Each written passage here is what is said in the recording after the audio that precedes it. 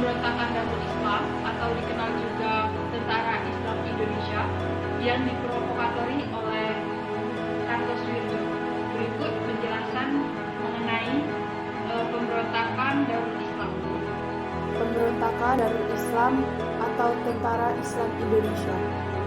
Hijrahnya divisi Siliwangi dari Jawa Barat menuju ke Jawa Tengah ternyata dimaknai berbeda oleh beberapa orang. Salah satunya adalah Kartosuwirjo.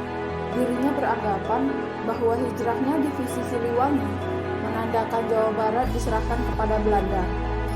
Hal tersebut kemudian dimanfaatkan oleh Kartosuwirjo untuk mendirikan negara Islam. Sekar Maji Marijan Kartosuwirjo adalah pimpinan Gerakan Negara Islam Indonesia atau dikenal dengan nama Darul Islam atau DI. NI berarti Rumah Islam yang didirikan pada tanggal 7 Agustus 1949 di Desa Cisampah, Kecamatan Ciawi Linggar, Tasikmalaya, Jawa Barat. Gerakan ini bertujuan untuk mendirikan negara yang berlandaskan Islam dengan hukum tertinggi adalah Al-Quran dan Hadis.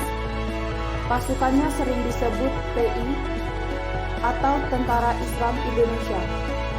Ada beberapa sebab pimpinan Kartosuwirjo susah untuk ditaklukkan, antara lain sebagai berikut.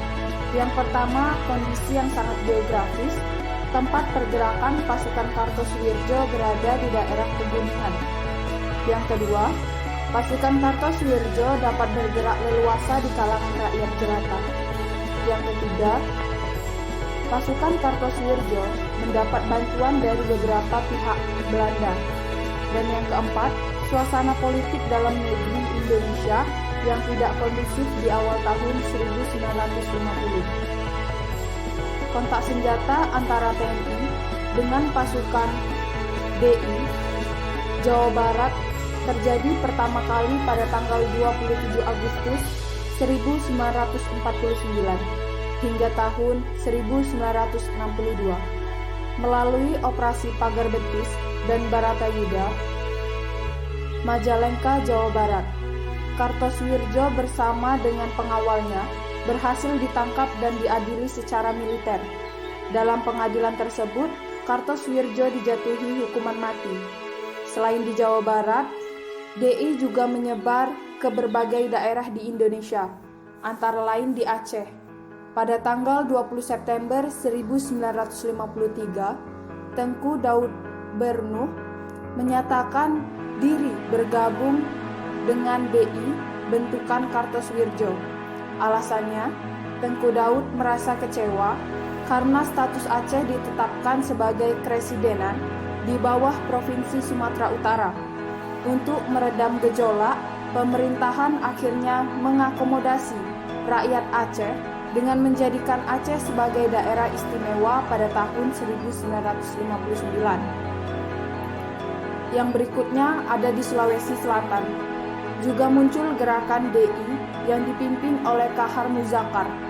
Gerakan DI pimpinan Kahar Muzakar disebabkan penolakan pemerintah Indonesia atas usulan penggabungan Komando Gerilya Sulawesi Selatan ke dalam Angkatan Perang Republik Indonesia Serikat atau APRIS dengan nama Brigade Hasanuddin tanggal 30 April 1950. Pada bulan Februari 1965, gerakan DI Sulawesi Selatan mampu diredam oleh pemerintah melalui operasi militer.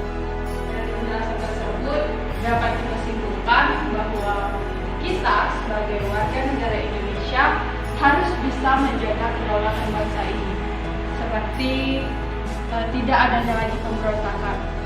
Demikianlah penjelasan dari saya mengenai pemberontakan Darul Islam Indonesia atau yang dikenal dengan TII. Selebih dan kurang saya mohon maaf, kepada Allah saya mohon ampun.